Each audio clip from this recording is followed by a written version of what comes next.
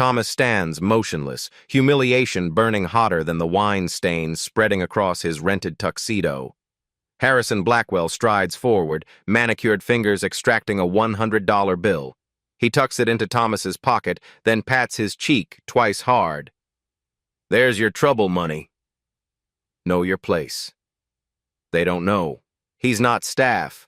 He's Thomas Fisher Nexus Technologies' heir, future Chief Innovation Officer, and as of tomorrow, the man who controls their $900 million future. Thomas won't create a scene tonight. He'll orchestrate their downfall tomorrow. 2 hours earlier, Thomas Fisher stands before his apartment mirror, adjusting the bow tie on his rented tuxedo. His fingers tremble slightly. Not from nervousness about the clothing from the weight of responsibility. Tonight marks his first high society appearance representing Nexus Technologies. His phone vibrates. "Dad," flashes on the screen. "The Blackwells will be there." His father's voice comes through, direct and businesslike from Tokyo. "Their investment could accelerate our Asian expansion. Make a good impression." Thomas nods, though his father can't see him. "I know. I've studied their portfolio." "This isn't about portfolios," James Fisher says, his tone softening. "They respect power, not potential. Remember what I taught you." "Value is in character, not capital," Thomas recites. "Exactly. Trust your judgment. This partnership is your call to make." Thomas ends the call and gazes at his reflection. Despite his father's success, James raised him with deliberate humility. No trust fund, no nepotism. Thomas earned his position through merit starting as an intern, working 18-hour days, developing their revolutionary processor, and now stepping into the role of Chief Innovation Officer. At the gala, Thomas observes the ostentatious display from the entrance. Crystal chandeliers, gold flatware, champagne flowing like water. The Blackwell family holds court near the center Harrison, the patriarch, flanked by his children Vanessa and Bradley. They critique guests' attire in stage whispers that carry just far enough to humiliate without seeming intentional. When Thomas approaches to introduce himself, a security guard steps forward. "Staff entrance is around back." "I'm a guest." Thomas produces his invitation. The guard examines it skeptically before stepping aside. As Thomas nears the Blackwell's circle, Harrison glances his way, then whispers something to Bradley. Both chuckle. "New money," Harrison mutters, just loud enough for Thomas to hear. "Standards aren't what they used to be." Thomas retreats to observe from a distance. He watches Bradley berate a young waiter over champagne temperature, reducing him to stammered apologies. Vanessa trips a busboy accidentally, then laughs when dishes clatter to the floor. The staff move with tight smiles and fearful eyes, like prey animals sensing predators. The Blackwells mock a nobody tonight, unaware he'll decide their billion-dollar fate tomorrow. The crowd migrates toward the auction stage as the gala transitions to its fundraising phase. Children's education, the supposed cause behind tonight's excess. Thomas finds a seat near the back, content to observe. The auctioneer, a former television personality with 2 white teeth, presents the first items: luxury vacations, celebrity meet and greets, exclusive club memberships. Thomas remains silent until a modest lot appears, a weekend at a local vineyard, complete with private tasting. "500, Thomas calls out, his voice measured. The sum is reasonable, the cause worthy. Bradley Blackwell turns in his seat, eyes narrowing on Thomas. 5,000, he counters without hesitation. Thomas considers, then 5,500. Bradley stands, champagne flute dangling between manicured fingers. Perhaps stick to items in your price range? 50,000. He winks at the crowd. Appreciative titters follow. The auctioneer's gavel falls with uncomfortable haste. Sold to Mr. Blackwell. The next item appears on screen. First commercial partnership rights for Nexus Technologies' quantum processor. The room stills. This isn't a luxury trinket, it's industry dominance, technological superiority, market transformation. Harrison Blackwell rises slowly, deliberately. 1 million, he announces, staring directly at Thomas as if issuing a challenge. Thomas remains perfectly still. His phone vibrates in his pocket. A text from his father. Trust your judgment on partnerships. Your call to make. Remember our values. During the intermission, Vanessa Blackwell approaches Thomas, champagne flute extended. You work at Nexus, right? I thought I recognized you. Thomas accepts the drink with a nod. Yes, I do. Entry level? Her smile doesn't reach her eyes. I lead the processor development team, Thomas begins. Vanessa laughs, cutting him off. Adorable. We're actually meeting the Fisher heir tomorrow, the CEO's son. The actual decision-maker, not staff. She sips her champagne, eyes scanning the room for more important connections. I should go. Good luck with your career. Thomas smiles politely. I hope your meeting goes well for everyone involved. Oh, it will. Vanessa tosses back her perfectly styled hair. My father always gets what he wants. Every dismissive word seals their fate, though they won't understand why until tomorrow's meeting. Dinner service begins with theatrical flourish silver domes lifted in unison, revealing artfully arranged portions that prioritize presentation over sustenance.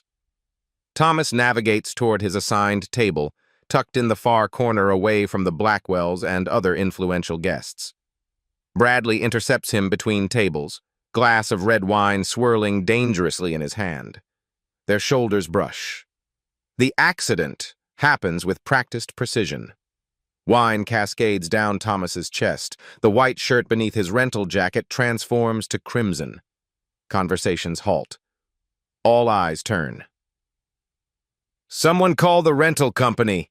Bradley's voice carries throughout the ballroom. This waiter needs a replacement.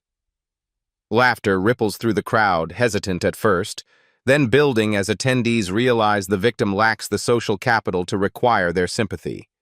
Phones emerge. Photos snap. Thomas stands immobilized, the cold liquid seeping through layers of fabric to his skin. Harrison Blackwell rises from his table, approaching with the slow, satisfied stride of a predator. He reaches into his pocket, extracting a crisp $100 bill with deliberate showmanship. He tucks it into Thomas's breast pocket, then pats his cheek twice, the gesture one would use to discipline a dog. There's a little something for your trouble. His voice drops, meant for Thomas alone. Know your place next time. Security appears at Thomas's elbow. Sir, perhaps you should... He's with me. The voice belongs to an elderly woman who materializes beside Thomas. Her posture radiates authority despite her small stature. Eliza Thornton, she adds for the security guard's benefit. The name works like magic. He retreats immediately. She guides Thomas away from the spectacle toward a quiet alcove. The Blackwells have always been that way. Old money, rotten attitudes. She studies his face. I knew your father when he was starting out. James would be appalled by their behavior. You know who I am? Thomas dabs at his ruined shirt with a napkin. Of course. The Fisher eyes are unmistakable. Eliza smiles.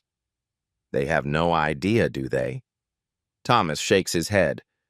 I'd appreciate your discretion until tomorrow's meeting.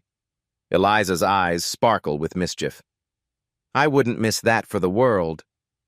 Across the room, the Blackwells celebrate their dominance. Harrison holds court, voice carrying. Once we control that processor technology, we'll crush our competition. The Fisher boy will fold, they always do. They lack the killer instinct. Thomas excuses himself to the restroom where he changes into the spare shirt kept in his car for emergencies. He studies his reflection, his father's eyes indeed, and remembers James Fisher's words. Our technology should empower those who will use it responsibly. His phone rings. His father, checking in from Tokyo. How's the gala? James asks. Educational, Thomas replies, briefly recounting the evening's events. A long pause. What are you thinking? I'm thinking we need to reconsider who we partner with, Thomas answers, voice firm. I trust your judgment, his father says simply. You have my full support. Wine stains clean easily. The Blackwell's true colors have permanently revealed themselves. Thomas drives home in calculated silence. Streetlights strobe across his face as he navigates away from the Blackwell estate. His knuckles don't whiten on the steering wheel. His breath doesn't quicken with anger. The classical music playing softly continues uninterrupted. Only his eyes, those unmistakable Fisher eyes, betray the machinery of consequence now in motion behind them. The humiliation doesn't matter, not personally. What matters is what it revealed about the Blackwell's character, about how they'd treat Nexus employees, about how they'd wield the processor technology his team spent years developing, about who they truly are when they believe no one consequential is watching.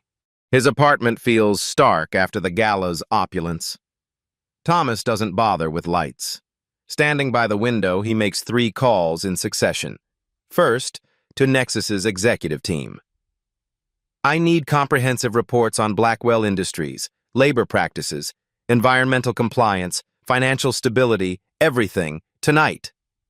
Sir, it's almost midnight, his assistant protests gently. And we have a 9 a.m. meeting that will determine the future of both companies, Thomas counters. I need it now. The reports arrive within the hour. Thomas scrolls through documented evidence of corners cut, safety violations hidden, employees silenced, former workers alleging toxic environments, whistleblowers discredited, small companies bullied into submission or bankruptcy. Each swipe of his finger reveals another layer of rot beneath the Blackwell facade. His second call goes to legal counsel. Prepare termination clauses for any potential agreement with Blackwell Industries. I want maximum protection for our technology and staff. Are we expecting problems? The lawyer asks.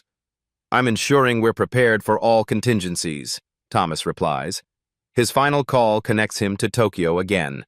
His father listens without interruption as Thomas provides complete details of the evening's humiliation. They showed you who they are, James Fisher says finally. Believe them. I do, Thomas confirms. Their empire is built on intimidation and exploitation. As my successor, this is your call, his father reminds him. Whatever you decide, I'll back you completely. Across the city, in the Blackwell mansion, Harrison gathers his children in his study. Crystal tumblers of scotch clink as he toasts their success. The Nexus deal is practically signed, he announces. Their CEO is still playing the humble visionary in Tokyo, leaving his precious son to handle negotiations. Perfect setup. That nobody we humiliated? Bradley laughs. Classic power move, Dad. Harrison nods approvingly. Perfect example of why people like us stay on top. Connections matter more than competence. Bradley scrolls through his phone, showing his father the photos of wine-soaked Thomas. Sent these to our PR team. We'll leak them after the contract signing, a little reminder of the natural hierarchy. Vanessa sips her scotch. Tomorrow we meet the Fisher heir and wrap him around our finger. Another trophy for the collection. Back in his apartment, Thomas stands at his window, looking toward the glittering Blackwell Tower dominating the skyline. Inside that building, thousands of employees fear daily humiliation from people who view power as a weapon rather than a responsibility. His decision crystallizes into a silent vow. The Blackwells will never touch his family's technology or people. By sunrise, Thomas holds all the cards by sunset. The Blackwells won't even be in the game. Nexus. Technology's headquarters gleams in the morning sun, its curved glass exterior reflecting the city awakening around it. Thomas arrives at 7, 2 hours before the scheduled meeting, pristine in a tailored suit that costs more than his entire wardrobe. Today isn't about humility. The executive team assembles in the conference room. Coffee steams from porcelain cups. Pastries arranged on silver trays remain untouched. Tension charges the air. 2 contract options? The chief financial officer examines the identical folders placed at Harrison Blackwell's designated seat. I don't understand. Insurance, Thomas explains, straightening his father's company pin on his lapel. The first offers partnership under our standard terms. The second. His voice trails off as he glances out the window. 3 black SUVs pull into the reserved parking spaces below.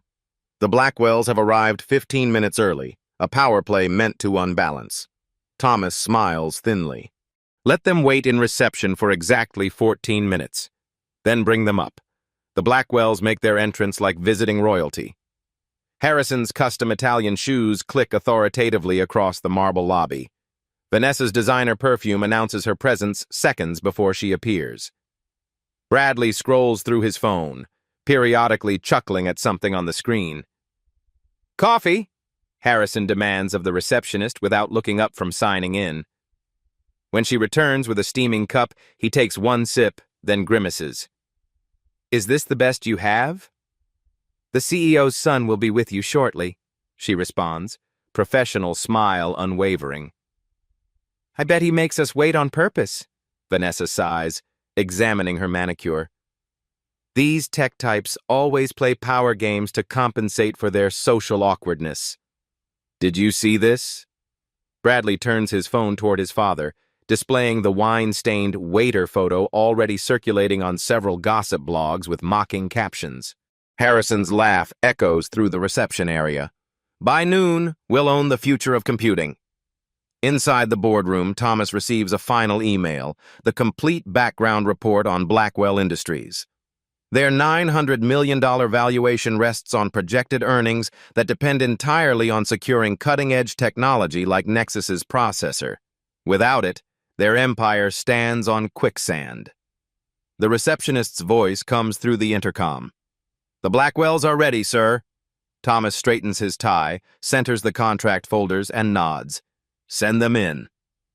The doors swing open. The Blackwells enter, business smiles firmly in place. They freeze mid-step as recognition dawns. Good morning, Thomas says calmly. I believe we've already met. Their expressions shift from confusion to horror as 3 generations of wealth suddenly hang by a thread. Harrison recovers first, political reflexes kicking in.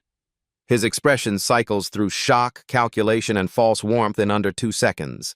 He forces a laugh that sounds like glass breaking. Thomas! What a misunderstanding last night. He steps forward, hand extended as if nothing happened. We had no idea you were the waiter. Thomas finishes, voice level. He doesn't take the offered hand. Or the CEO's son you're here to negotiate with?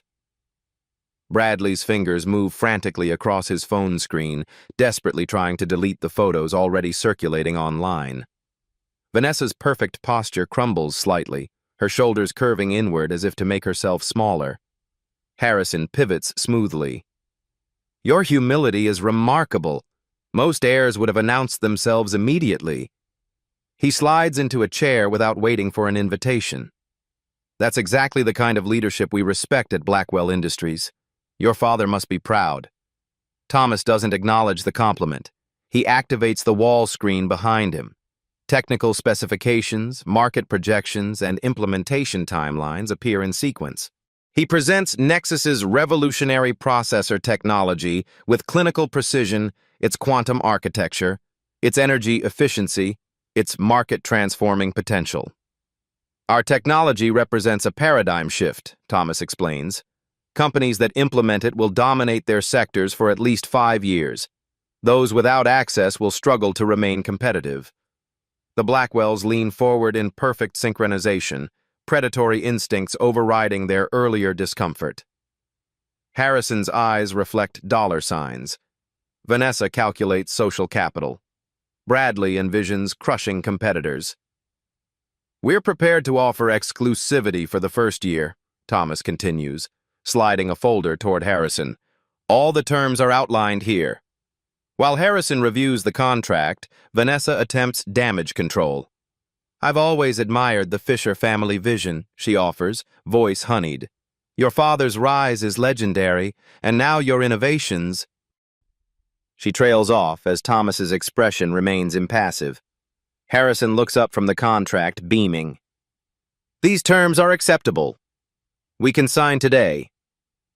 Before we do, Thomas interjects, I'd like to discuss something from our background research. He pulls out a file containing documented reports of Blackwell's labor violations, environmental negligence, and predatory business practices. This gives me pause. The temperature in the room seems to drop. Harrison's smile hardens. Industry standard practices, he dismisses with a wave. The cost of staying competitive in today's market. I understand, Thomas replies. That information certainly informs our decision. He takes back the first folder and slides forward the second one. This is our revised offer. The second contract isn't a partnership offer, it's an extinction-level event disguised as legal language. Harrison scans the new document, professional mask slipping with each paragraph. His complexion reddens from collar to hairline. A vein pulses visibly at his temple. This is outrageous! He slams the contract down. These terms would give you oversight of our internal operations, mandatory ethics training, and a complete restructuring of our management. Those are our conditions for partnership, Thomas states, voice remaining measured despite the room's rising tension. My father fully supports this position. Vanessa snatches the document, eyes darting across the text. Her perfectly applied makeup can't hide her growing panic. You can't possibly expect us to agree to this. You're right, Thomas agrees, the first genuine confirmation he's offered. I don't expect you to agree. This meeting isn't about securing your partnership. It's about informing you that Nexus will be partnering exclusively with your 3 largest competitors instead. The words land like physical blows. Harrison's face drains of color as he calculates the implications. Without access to Nexus's technology, Blackwell Industries becomes obsolete overnight. Their inflated valuation will collapse. Investors will flee. Their empire, 3 generations of wealth and influence, will disintegrate. You're making a mistake. Harrison's voice drops to a threatening whisper. The Blackwells have friends in every industry. One word from us. About what? Thomas interrupts. About how you treated someone you thought was beneath you. Please, share that story widely. Bradley, silent until now, slams his fist against the polished table. This is personal. You're destroying a billion-dollar company over a spilled drink. No, Thomas corrects. I'm choosing not to empower people who've demonstrated how they use power. The spilled drink just showed me who you really are. Harrison stands abruptly, chair scraping against hardwood. His final tactic? Raw financial power. Name your price. Everyone has one. His eyes narrow. Or does Daddy need to approve that too? Thomas rises to meet him, eye to eye. My father taught me that some things aren't for sale, mister. Blackwell-like integrity. He reaches into his pocket and places Harrison's $100 bill on the table. I'm returning your tip. The meeting is over. The Blackwells came to acquire technology but failed to recognize the most dangerous innovation in the room, principled power. The Blackwells gather their belongings in stiff, mechanical movements. Harrison's shoulders remain rigid with suppressed rage. Bradley repeatedly loosens and tightens his tie as if it's strangling him.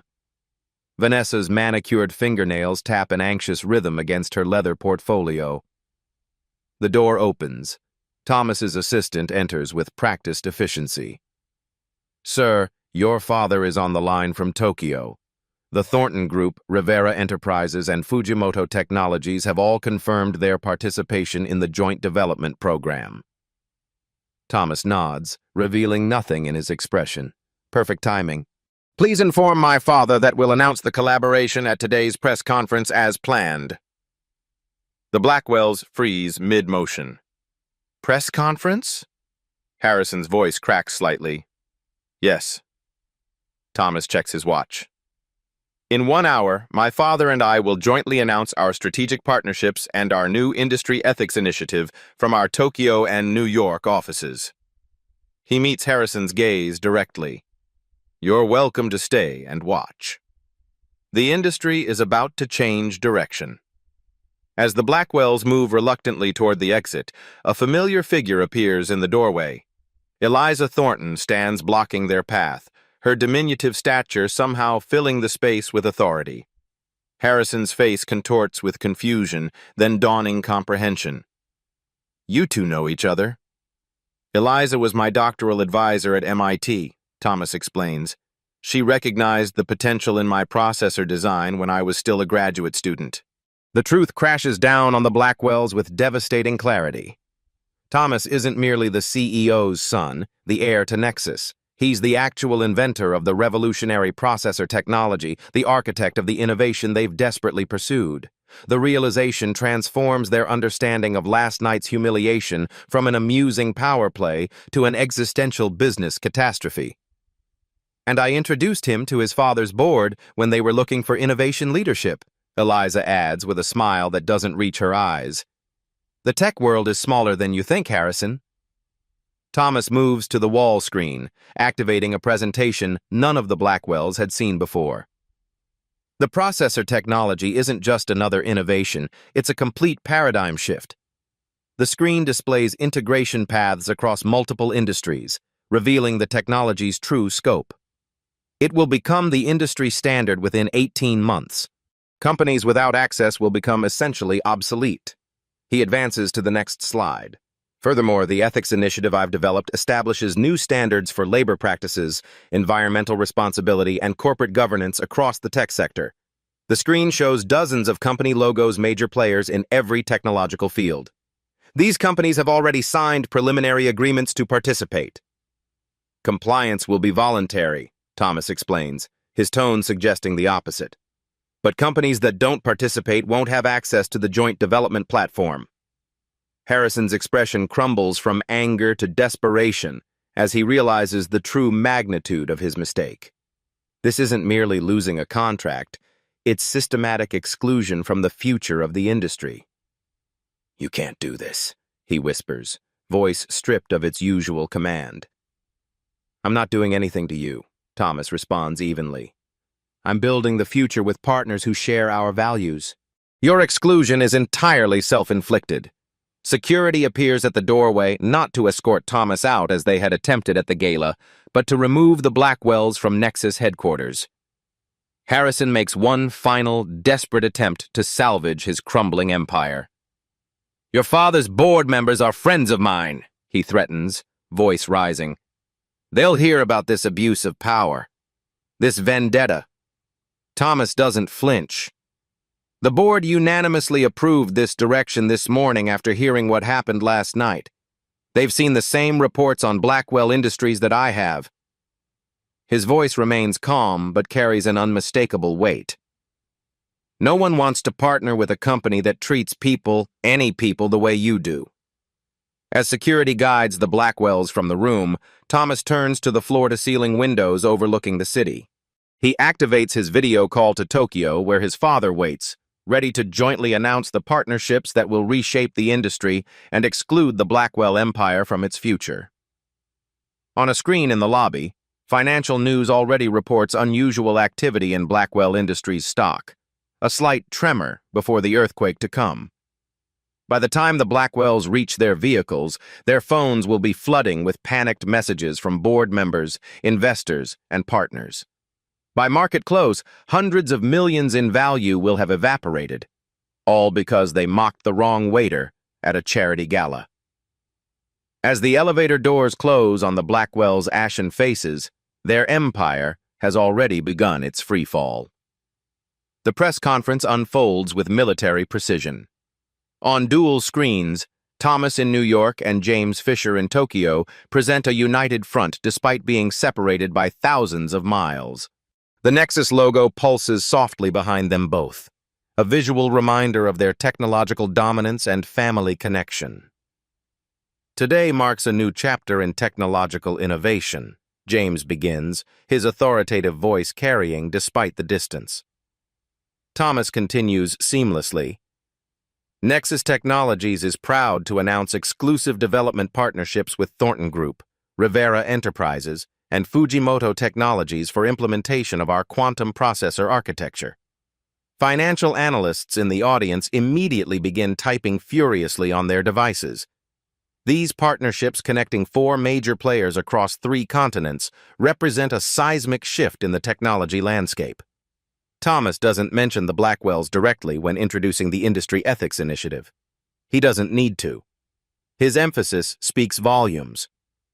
Technology is power, and power must be wielded responsibly by those who respect everyone, regardless of position or background. The corporate execution happens with breathtaking speed. Within 20 minutes of the announcement, Blackwell Industries' stock drops 15%, triggering automatic trading halts. When trading resumes, the free fall continues. By lunch, they've lost 40% of their market value. Nearly $360 million evaporated in 3 hours. Financial news networks switched to continuous coverage of the Blackwell collapse. Analysts who'd praised Harrison's business acumen that morning now dissect his company's structural vulnerabilities with surgical precision. Blackwell Industries built their entire forward strategy on securing next-generation processing capabilities, explains a technology analyst on MarketWatch. Without access to Nexus's architecture, their product pipeline effectively becomes obsolete before launch. Another analyst is more blunt. They've been locked out of the future. Bradley's photo of wine-soaked Thomas appears on gossip sites exactly as planned, but with a context the Blackwells never anticipated. Headlines transform overnight. Humility in leadership. Nexus heir endured mockery before business triumph. Tech prince in disguise. How Thomas. Fisher. Let actions speak louder than name. The $900 million mistake. Blackwells mocked the wrong waiter. Comments flood in supporting the humble CEO's son against the entitled billionaire family. The narrative writes itself a morality tale for the digital age about judging people by their character rather than their clothes. At Blackwell headquarters, chaos reigns. Harrison barricades himself in his office, blinds drawn, refusing all calls except from board members and major investors, all demanding the same explanations he doesn't have. How did he misread the situation so catastrophically? How did he fail to recognize Thomas Fisher? Why didn't their research team identify him before the gala? Vanessa manages crisis communications with increasing desperation. Each statement she issues is immediately undermined by former employees flooding social media with stories of Blackwell toxic culture, emboldened by the company's sudden vulnerability. They made me work 100-hour weeks, then fired me when I requested time off for my child's surgery, writes a former developer. Harrison Blackwell told me personally that ethics are for companies that can't compete on innovation, reveals a former executive. Bradley attempts damage control on the personal front, calling in favors from media contacts to kill the wine-spilling story. His efforts only amplify it. Each attempted suppression generates new headlines about the Blackwells' attempts to control the narrative. By mid-afternoon, law firms begin announcing class action lawsuits against Blackwell Industries on behalf of shareholders. The legal language is precise, devastating. Materially misleading statements, and failure to disclose significant business risks. At Nexus headquarters, Thomas receives hourly updates on the fallout but shows no satisfaction in the Blackwells' destruction. When his assistant remarks on how quickly their empire is crumbling, Thomas responds quietly, "This isn't about punishment. It's about consequences." The consequences continue mounting. Documents leak showing Harrison instructed managers to work them until they break, then replace them. Internal emails reveal systematic suppression of safety concerns to meet production deadlines. Financial records expose accounting practices that bordered on fraud. Each revelation drives Blackwell's stock lower. By market close, their $900 million valuation has contracted to barely $300 million with no floor in sight. Across the technology sector, companies rush to announce new ethics policies and workplace improvements. No one wants to be the next Blackwell. The Ethics Initiative. Thomas introduced that morning gained signatories by the hour companies, eager to demonstrate they belong on the right side of the new divide. Meanwhile, Nexus stock surges, adding billions to its market cap. Financial analysts upgrade their growth projections based on the strategic partnerships announced. Thomas Fisher's name trends globally. Industry publications rush to profile the hidden genius behind Nexus's quantum architecture. The most devastating blow comes at sunset. The Blackwell Industries board calls for an emergency shareholder meeting to address leadership concerns and strategic direction. The corporate euphemism doesn't disguise their intent. Harrison Blackwell's reign is ending. In his Tokyo hotel, James Fisher watches the financial bloodbath unfold on multiple screens. He calls his son as markets close. "You've transformed the industry in a day," he observes, voice measured. "It wasn't my intent to destroy them," Thomas replies. "No, your intent was to protect our technology from misuse." James pauses. "Their destruction is self-inflicted. They built an empire on exploitation. It was always going to collapse."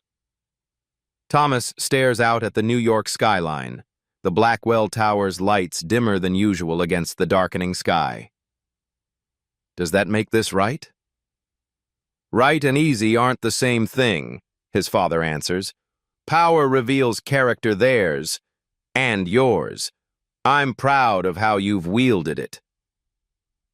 As night falls, Blackwell Industries' legal team works frantically to prepare for the shareholder revolt. Their strategy centers on a single desperate argument. Thomas Fisher pursued a personal vendetta against the Blackwells, abusing his position to orchestrate their downfall.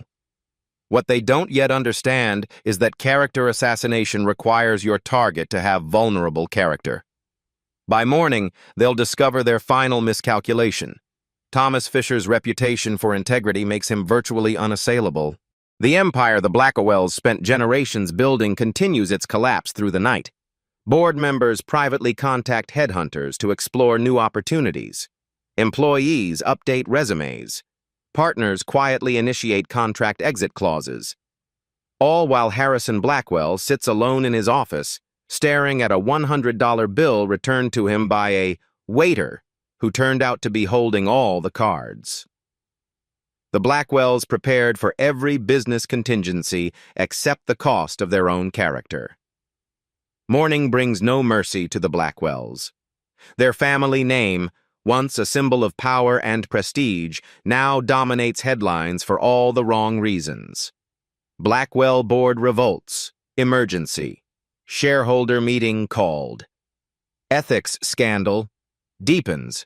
More employees speak out against Blackwell regime. Market massacre. Blackwell Industries loses 68% of value in 24 hours. The Blackwell family arrives at their own corporate headquarters like unwelcome intruders. Security guards, the same men who once jumped at Harrison's smallest gesture, now check their identification cards with exaggerated thoroughness. Executive assistants who previously competed for Harrison's approval now avoid eye contact, scurrying away when the family approaches. The boardroom, Harrison's former kingdom, has transformed into a tribunal. Board members and major shareholders sit in grim formation, faces set with the unique expression of wealthy people confronting significant financial loss. The Blackwell family portraits that once dominated the walls have already been removed, leaving conspicuous empty spaces. The board chair, formerly Harrison's golf partner, opens the meeting with brutal directness. Blackwell Industries has lost 68% of its value in 1 week. Our partnerships are dissolving. We face multiple lawsuits from shareholders, former employees, and environmental groups. We're here to determine next steps. Harrison projects confidence he doesn't feel, his voice booming as if volume might compensate for his precarious position. The market is overreacting to temporary setbacks. We'll secure alternative technology. We've already initiated discussions with— No one's taking your calls, Harrison, interrupts the board chair. I checked. The Fisher vendetta is personal, not business, Harrison insists, desperation leaking into his tone. We can challenge the Nexus partnerships on antitrust grounds. My legal team is already— Your legal team resigned this morning, another board member cuts in. All of them. A woman rises from the far end of the table, unfamiliar to the Blackwells, wearing the understated, expensive clothing of the truly wealthy. Actually, it appears to be both personal and business, she announces. I represent Meridian Investment Group. We've received a purchase offer for our shares from a consortium led by the Thornton Group. The room erupts as more shareholders confirm similar offers all above market value despite the stock's collapse. This is a coordinated hostile takeover, Harrison shouts, face purpling. The board chair looks grim. The offers are contingent on leadership changes. You can't remove me, Harrison snarls. I built this company. I am this company. The final blow comes from their own legal counsel, not the resigned team, but the corporation's outside firm. A silver-haired attorney presents evidence that Harrison and his children violated fiduciary duty by misrepresenting the company's ethical compliance and hiding lawsuit settlements from the board. The board has legal grounds for immediate removal, he explains dispassionately. The evidence suggests willful misconduct. A vote is called. The results are overwhelming. The Blackwell family is removed from all operational roles, maintaining only their significantly devalued shares. Harrison's kingdom built over 3 generations collapses in a 15-minute vote. As they leave the boardroom fired from their own company, they pass a television in the lobby. The screen shows Thomas at the opening of a new Nexus research center focused on ethical technology development. He looks directly into the camera, though his words aren't aimed at the Blackwells specifically. We build technology to elevate humanity, not exploit it. Outside, reporters swarm the disgraced family, microphones thrust forward, cameras flashing. Harrison's legendary self-control finally shatters. He shoves a cameraman, creating one final damaging image of Blackwell entitlement. The footage will lead evening news broadcasts worldwide. In their limousine, silence reigns. The privacy partition remains closed, but the driver can still hear Bradley's whispered question. What do we do now? Harrison has no answer as they drive away from the empire they lost, not in years, but in seconds. The $100 bill he'd given Thomas as a tip sits in his pocket, returned to him like a curse, now worth more than his remaining dignity. While the Blackwells descend into irrelevance, Thomas ascends to reshape an industry in his ethical image. 6 months transform the technology landscape completely. Thomas leads a panel discussion at the Global Technology Forum, the industry's most prestigious gathering. CEOs from major companies, including the restructured Blackwell Industries under new leadership, listen attentively as he outlines ethical implementation frameworks. Graphs behind him show dramatic improvements in workplace satisfaction, environmental compliance, and innovation metrics across participating companies. The data is unambiguous, Thomas explains, laser pointer highlighting correlation curves. Ethical business practices don't merely feel better, they perform better. The audience includes Eliza Thornton and other industry veterans who nod approvingly. Near the back, James Fisher watches his son with quiet pride, having transitioned to an advisory role after 30 years at Nexus's helm. Industry news outlets that once fetishized growth at any cost now feature regular ethics index updates. Headlines track companies joining the initiative. Tech titan Philips joins ethics initiative. Stock jumps 12%. Revolutionary standards, how the Fisher framework is transforming tech. Ethical technology, trend or new normal. A respected business journal publishes a comprehensive analysis demonstrating that companies joining the ethics initiative outperform market averages by significant margins. The article concludes, What began as moral leadership has become sound business strategy. At Nexus headquarters, Thomas mentors young engineers from diverse backgrounds. In the company's innovation lab, he sits with a group of recent graduates from underrepresented communities. "How do you handle discrimination in this industry?" asks a young woman, her expression suggesting personal experience with the question. Thomas shares his gala experience without bitterness, his tone matter-of-fact rather than self-pitying. "People will judge you by their standards, not your worth," he tells them. "Your job isn't to match their standards, it's to transform them. Not through arguments, but achievement." Former Blackwell employees find positions at companies within the new ethical framework. Exit interviews reveal improved work environments and mental health across the board. Productivity rises. Innovation accelerates. Employee turnover plummets. One emotional interview features a former Blackwell manager who speaks with trembling voice about the previous regime. "I was forced to mistreat my team. Harrison would say, 'Either they break or you do.' I thought that's just how business worked." He straightens, eyes clearing. "Now I know better. I can succeed without destroying others." The processor technology revolutionizes the industry as predicted. Rather than creating monopolies, the joint development platform fosters unprecedented collaboration. Companies build upon each other's innovations, creating applications that would have been impossible under the old competitive model. A brief news segment shows Harrison Blackwell attempting to launch a new venture. Potential investors listen politely to his pitch, then decline with practiced regret. Doors that once opened automatically for the Blackwell name now remain firmly closed. The family hasn't just lost an empire, they've become a cautionary tale taught in business schools. Meanwhile, Thomas's approach gains institutional momentum. Universities revise business curricula to include ethical leadership modules. Venture capital firms incorporate ethics scoring in their investment criteria. Regulatory bodies adopt standards from the initiative as compliance benchmarks. The systemic transformation continues, unstoppable now, spreading beyond technology into adjacent industries. 6 months after the humiliation that changed everything, an unexpected visitor requests a meeting with Thomas.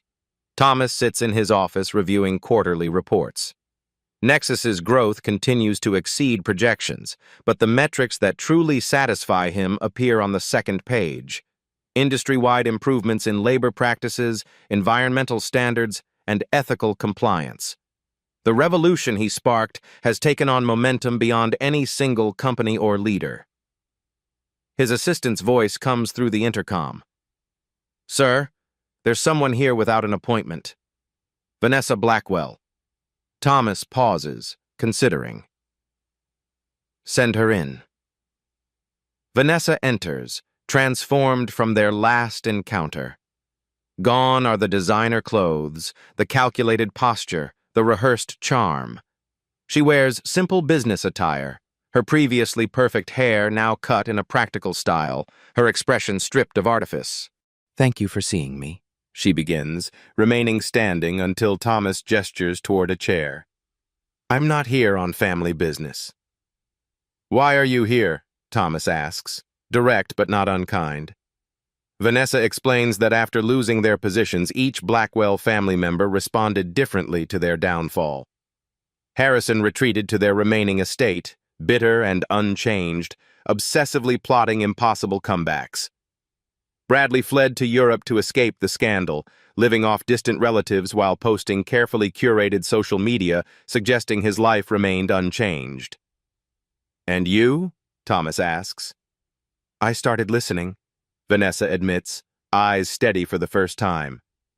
"To former employees, to industry leaders like you and your father. I realized our family built wealth by devaluing others. We measured success in dollars, not impact." She started a small foundation focused on worker rights and education access, funded by selling her personal assets. She doesn't ask for forgiveness or opportunity, only a chance to learn from her mistakes and perhaps, eventually, make meaningful amends. Thomas studies her, searching for manipulation and finding none. True power isn't about controlling others, he says finally. My father always taught me it's about elevating everyone around you. The strongest leaders create more leaders, not more followers. Later, at a small coffee shop near Nexus headquarters, Thomas chats with the barista, the same young man Bradley Blackwell had berated at the gala for bringing the wrong champagne. Now he attends college on a Nexus scholarship, part of Thomas's quiet initiative to support service workers pursuing education. Any regrets about how things played out with the Blackwells? The student asks while making Thomas's coffee. The business blogs still talk about it. The waiter's revenge, they call it. Thomas considers this. I don't celebrate their downfall, he says finally. I celebrate the system becoming more just. There's a difference. The student hands him his coffee with a smile. On the house today, boss. Thomas insists on paying. Value the work you do, he says, leaving a generous tip. Outside, Thomas passes a newsstand featuring a business magazine with him and his father on the cover, headlined, The Fisher Legacy, How Father and Son Changed Tech Culture. He doesn't stop to look at it. The true measure of his success isn't on magazine covers or in stock prices. It's in the former Blackwell employees now thriving in ethical workplaces. It's in the scholarship students building futures that once seemed impossible. It's in the shift from technology as a weapon of market dominance to a tool for human advancement. As Thomas walks back toward Nexus headquarters, his phone buzzes with a message from his father. Character builds empires, cruelty destroys them. Thomas smiles slightly, tucking the phone away. The lesson wasn't new. His father had taught it through example his entire life. The difference was that now an entire industry had learned it too, not through preaching, but through consequence. Some lessons must be experienced to be understood. The Blackwells learned this the hard way. Thomas hopes others won't need such expensive tuition. If you enjoyed this story of justice and transformation, make sure to hit the like button right now. These stories of poetic justice take time to craft, and your support keeps them coming. Want more satisfying tales of karma and vindication? Subscribe to Beat Stories for a new, powerful narrative every week that will leave you feeling both entertained and empowered.